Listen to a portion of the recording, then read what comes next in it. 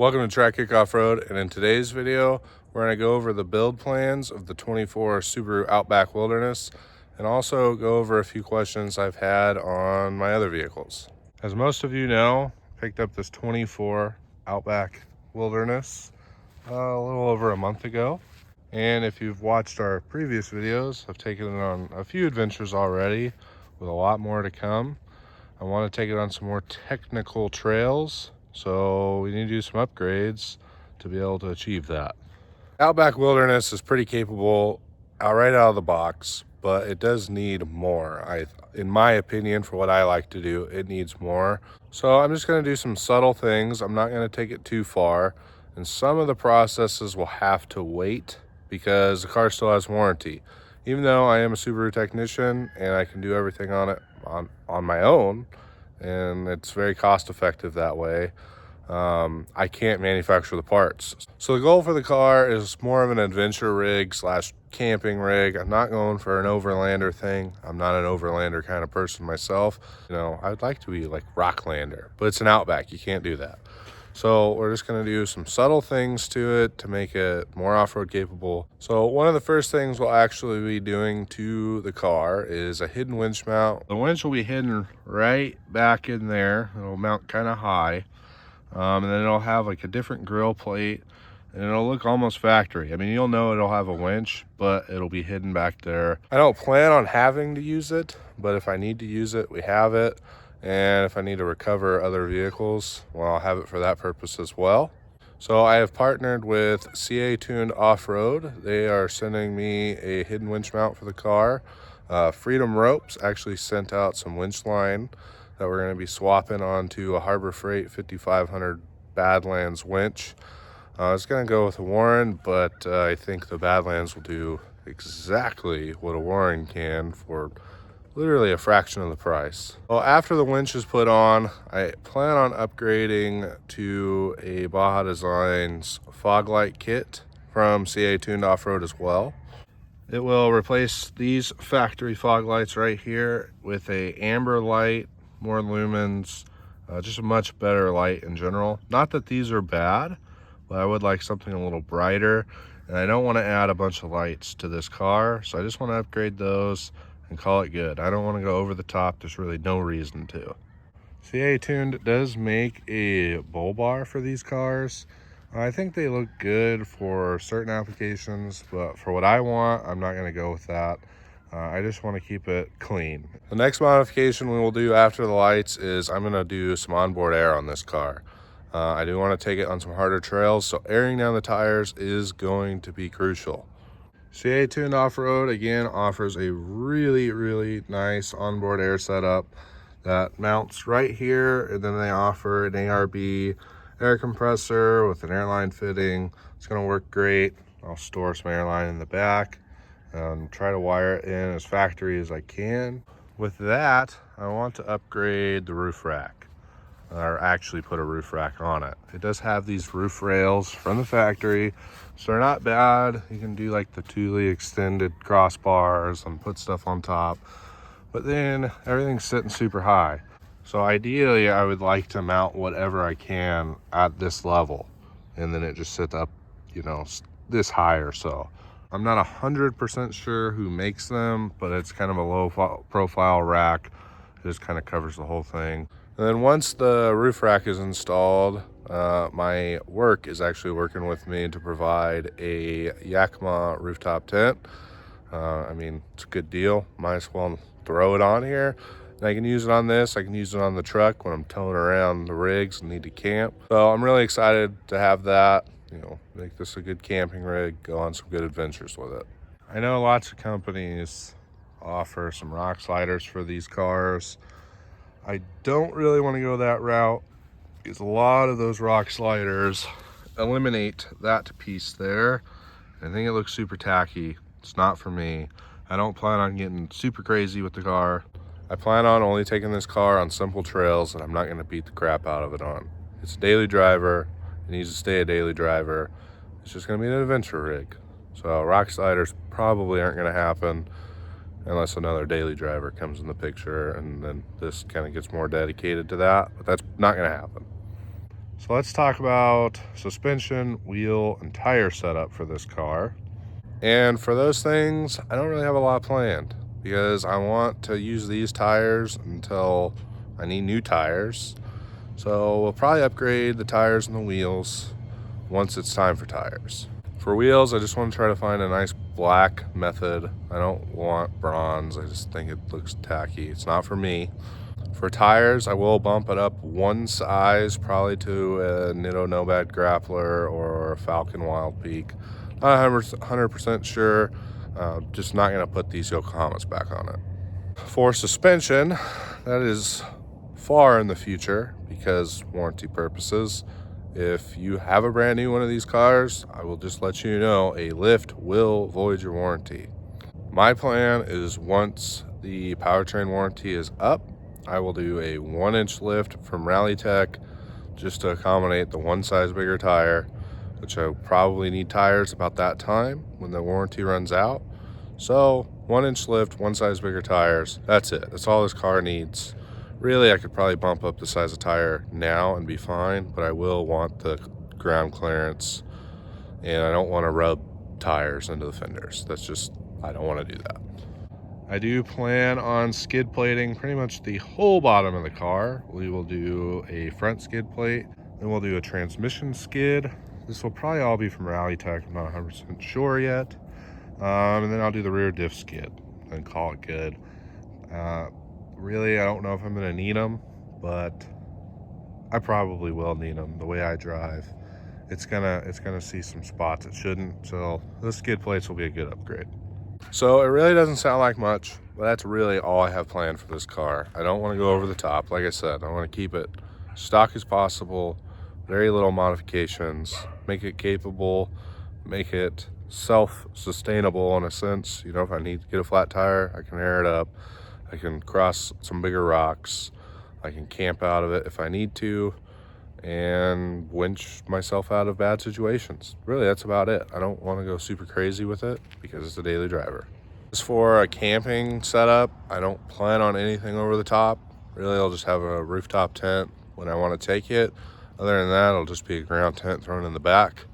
I will buy just a fridge to toss on the back. I'm not going to have any mounting hardware. You know, just strap it down if I need to. But I don't want to add anything to the interior. I want to keep it all stock. Basically, everything we're going to do for building the Outback Wilderness. But if you have any ideas, please let me know in the comments below what you think, what you would do, what you would change out of my plans, or maybe I missed something that is crucial that I should probably do to it. I did say I was going to address some of the questions and give some of my thoughts on my other builds that I got going on that are kind of in stalemate. One in particular is Clyde, my geo-tracker. Been getting the "Where's Frosty" chant, you know, from the movie Christmas with the Cranks, except it's "Where's Clyde?" So let's go address a couple things with that real quick. I'll just spend a couple minutes on each vehicle. All right, so there's Clyde, my geo-tracker, and my K5 Blazer, which doesn't have a name yet. I also have my tow rig, which I plan on doing a tover lane to build on. Very subtle, not a whole lot. I'm not going to go into the details on that anytime soon. That's a future project. So I do want a new truck, but they're expensive, so I might as well just put a little bit of money into that, make it cool. So Clyde, the geo-tracker, it's dead. It probably should be sent to the crusher, but we're going to save it. I got plans for it, but it's going to be expensive and it's going to take time. I want this to be a pretty nice wheeler, and I want it to put all the good stuff in it that I possibly can and take my time on it because that's what it deserves. That's kind of what started the channel. It's just going to take time, I promise. What I have planned for it is going to be pretty cool. All right, so the engine is toast, and I'm not going to rebuild it because I know as soon as I pull it and rebuild it, it's going to have a crack in the block. I don't want to deal with it. I don't want to swap another Suzuki engine in here. As reliable as they may be, I want to go a different route. I'm going to swap a Honda K24 into it. I'm going to source a junkyard Honda engine. I'm going to get an adapter plate from New Zealand somewhere. It's the only place I could find to swap that engine onto a Toyota W56 transmission. I will do a dual case setup in here. So it'll be a Suzuki body, basically, Honda engine, Toyota transmission, transfer cases, and axles. I think it's going to be kind of expensive, but I think it's going to be really cool, and that's my plan. Front axle, it's pretty well junked out. So my whole plan is to redo this whole front end. I want to do a full hydro setup. I want to link it. I want to pull the differential, put an actual locker in it, get rid of the welded diff. I'll probably put new gears in it because I'm sure those are not happy. New axle shafts. Just rebuild this whole front axle, make it pretty nice. We'll source a grill for it. That's really about that. All we're gonna do for that. We'll paint it. Nothing crazy on the body. I want to put aluminum bead locks on it with 38s. I don't want to go any bigger. No need. These 38s, it takes it everywhere. Gonna stay leaf sprung in the rear. Not gonna change that. Just link the front. I don't want to spend a huge amount of money, but a decent amount of money when I can on it. That's why this is going to take a while, because it's expensive and I have a lot of other things going on. So to the guy that keeps asking to bring it back, I'm trying to, but parts aren't cheap. For the interior, I'm going to do ABS door panels, find all the hardware to make the windows work again, do a different steering column, do a switch panel so everything runs off of a switch, even the wipers. Different seats. I'm going to do a bench seat in the back, probably not factory.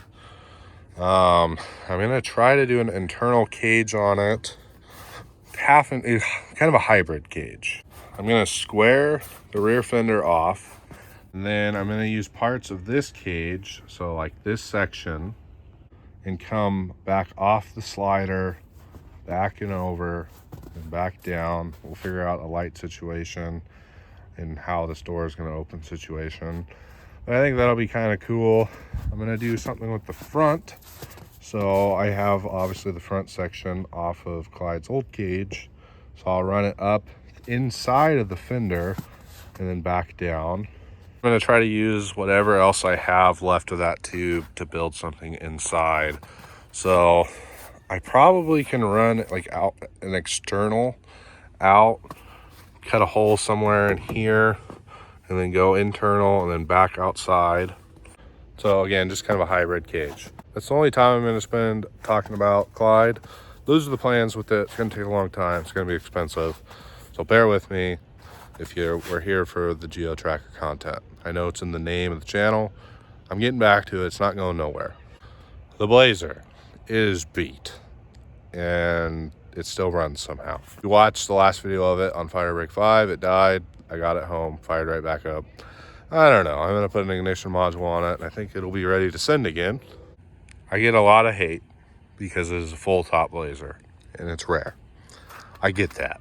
I got it in this state. It's going to be very expensive to restore it if that's what I chose to do. And it's just not a smart decision. But with a lot of thought and listening to a lot of haters and seeing the rarity of these, I'm gonna still beat the crap out of it. It's not gonna get a whole lot of love, but when I run into parts for cheap, we'll throw them on here. I'm going to get some doors from a pickup and then cut them so that they actually work on this. You're not gonna find these actual doors anywhere, so that's what we're gonna have to do. And when I do that, I'm gonna chop all this off and just kind of boat side it. I will make a back bumper for it. That's about it. I'm gonna do some aluminum bead locks on this with 40s eventually. Probably sooner than later because it needs tires. Engine, gonna do a top end rebuild and a fuel injection swap. You know, just like a Holley EFI kit. That's it. I want to leave it at 350. Nothing crazy, no LS's. I want it to be simple for the zombie apocalypse that's about to happen. I will modify the front bumper. If I run into a Dana 60 somewhere, we'll swap it in, but I don't see that likely happening anytime soon. But other than that, I'm just gonna tie this cage right in the frame, run the soft top that it's got on it. We'll do the shackle flip in the rear, different shocks. We're gonna be done with it. I'll probably do disc brakes too, but this is why I'm just gonna chop chop it away and kind of boat side it, because there's nothing left. I mean, yeah, that's not good. We'll just forget we saw that. Doors definitely need to come soon, because this that's not holding up. So that's it for this video. I hope I answered a few of your questions regarding Clyde, the Subaru, and the Blazer. The things that you could see coming soon to the channel are obviously the Subaru build. That is going to be happening within days. I have parts on the way. A lot of partners are helping me out with that, which is really cool. The Blazer, will slowly do some stuff to that and actually use it. Clyde, we're gonna have to hold off. It's happening. Just give it some time, please. So if you want to see a Subaru Outback Wilderness build, or a K5 Blazer build, or a Geo Tracker build, eventually, you know, hit the subscribe button, leave a comment below, you know, what you think I should do with all these vehicles. So with that being said, we will be posting videos every single Monday. I changed it from Sunday to Monday because my internet sucks and I need to use the internet at work to post videos on Mondays. So expect a video every Monday. So thanks for watching this video. We will see you in the next one, either working on the Subaru or taking either the Subaru or the Blazer out on an adventure.